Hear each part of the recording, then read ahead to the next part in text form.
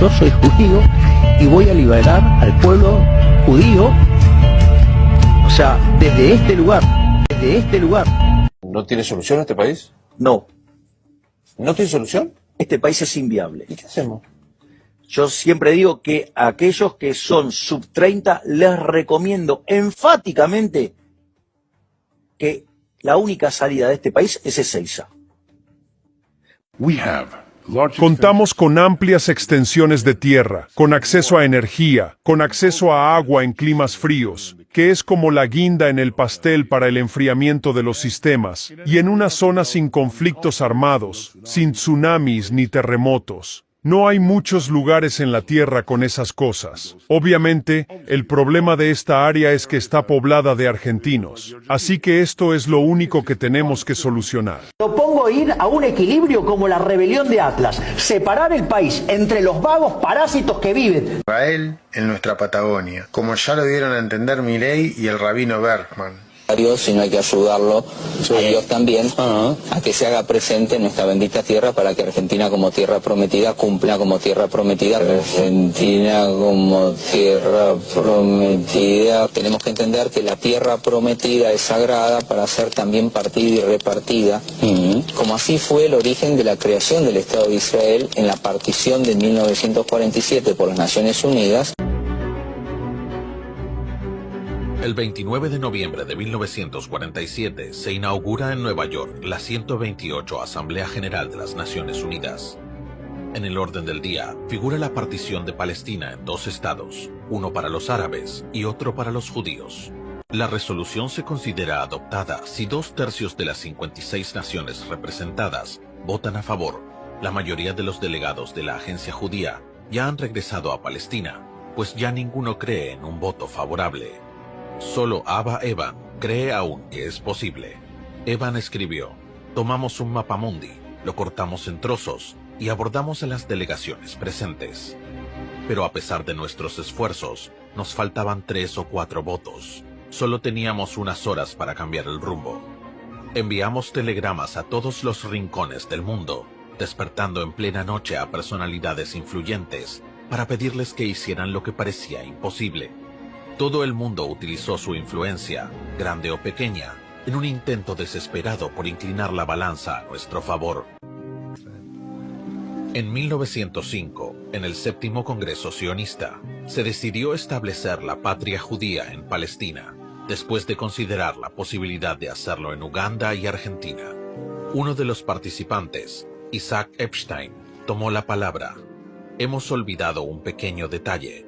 Hay toda una nación que ha vivido en esa amada tierra durante siglos y nunca ha pensado en marcharse. Estamos a punto de cometer un grave error psicológico. Y el presidente de la Federación Británica de Sinagogas había escrito a Herzl, fallecido un año antes de ese congreso: me estremezco ante la idea de la creación de un minúsculo estado judío que se acabe convirtiendo en un gueto. Mucho antes de la fundación del Estado terrorista de Israel, Theodor Herzl, el orador en el primer Congreso Sionista Mundial, había considerado 2 opciones para inventar el Estado artificial de Israel. Una era Argentina y la otra Palestina. Desgraciadamente para los palestinos les tocó a ellos, pero nosotros no estamos a salvo. Desde hace años, contingentes militares israelíes, ¿viste esos que matan niños en Palestina?, vienen de vacaciones a la Patagonia y hacen tareas de reconocimiento. 2 más 2, ¿cuánto te da a vos? Porque a mí me da 4. Dicen que quieren la Patagonia, ya están en la Patagonia y la Patagonia se incendia todos los años. ¿Te parece que es casualidad? Soldados israelíes que patrullan la Patagonia, que son parte de un proyecto de toma de medidas topográficas, que juntan información en la Patagonia y que son también en este contexto tal vez protagonistas de estas cosas que ya nadie puede negar, y es que a través de, por ejemplo, el diario Haaretz de Israel, ofrecen terrenos en la Patagonia solamente para gente que se reconozca a sí misma como judía. Esto está pasando hoy en la República Argentina y se ofrecen los terrenos en el diario Haaretz de Israel y en muchos otros. Pero esto es parte de una realidad que muchísima gente no quiere ver: los incendios que están pasando en este momento.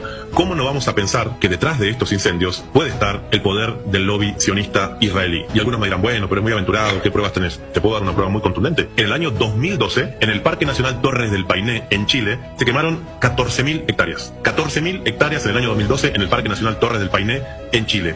Detuvieron a una persona que pudieron comprobar de que había sido el iniciador a propósito de este incendio. ¿Cómo se llamaba este señor? Rotter Singer, ¿sí? Coincide con el apellido de aquel señor Paul Singer, dueño de los fondos buitres que nos tuvieron en jaque durante tanto tiempo, que era un soldado israelí que ni siquiera había entrado por la entrada natural del Parque Nacional Torres del Paine, que había entrado por otro lugar y lo incendió de manera deliberada. Son tan fuertes los poderes fácticos que mandan a estos muchachos a generar estos incendios en la Patagonia, que saben cuál fue la pena que le dieron a este muchacho, que terminó él mismo reconociéndolo, porque no le quedaba otra, porque se hizo una investigación. ¿Saben cuál fue la pena que le dieron a este ciudadano israelí por incendiar 14.000 hectáreas del Parque Nacional Torres del Paine en Chile? Pagar $7.500. Así como lo escuchan.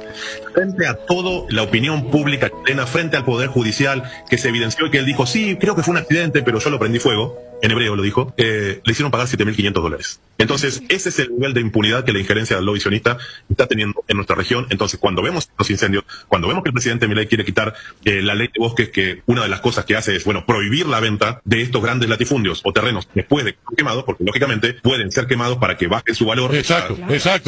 Pierden. O sea, ¿quién va a querer invertir en algo que por 20 años un turista no va a querer pisar porque está todo quemado? Bueno, hay gente que tiene dinero y que piensa futuro porque piensan en la ocupación de ese espacio. Claro. Entonces, cada vez hay más evidencia de que esta gente y sus proyectos políticos son parte de nuestra propia realidad. Con el megadecretazo del 20 de diciembre, Milei se llevó puesta la ley de tierras. Sancionada hace más de una década, la ley de tierras rurales limita la capacidad de extranjeros para controlar tierra argentina.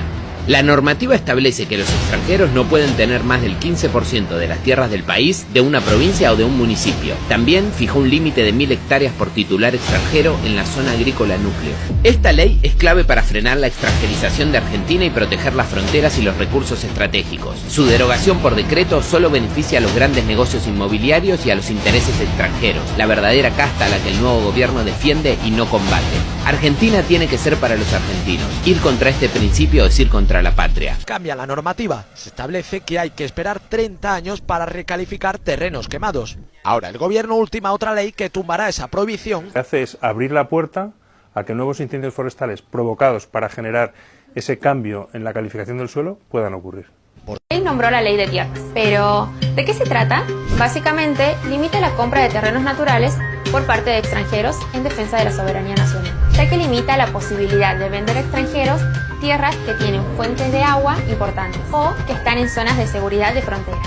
Creada por el kirchnerismo en el 2011, fue modificada por Macri en 2016 cuando eliminó una de las condiciones más importantes de la ley de tierras, la obligatoriedad de tramitar un nuevo certificado de habilitación en el caso de que una empresa tenga una reorganización societaria. Es decir, se habilitó la transferencia de acciones a extranjeros sin tener que informar en el registro nacional, dándole luz verde y sin ningún tipo de control a multimillonarios extranjeros como Joe Lewis y Luciano Benetton, quienes históricamente adquirieron numerosas hectáreas argentinas.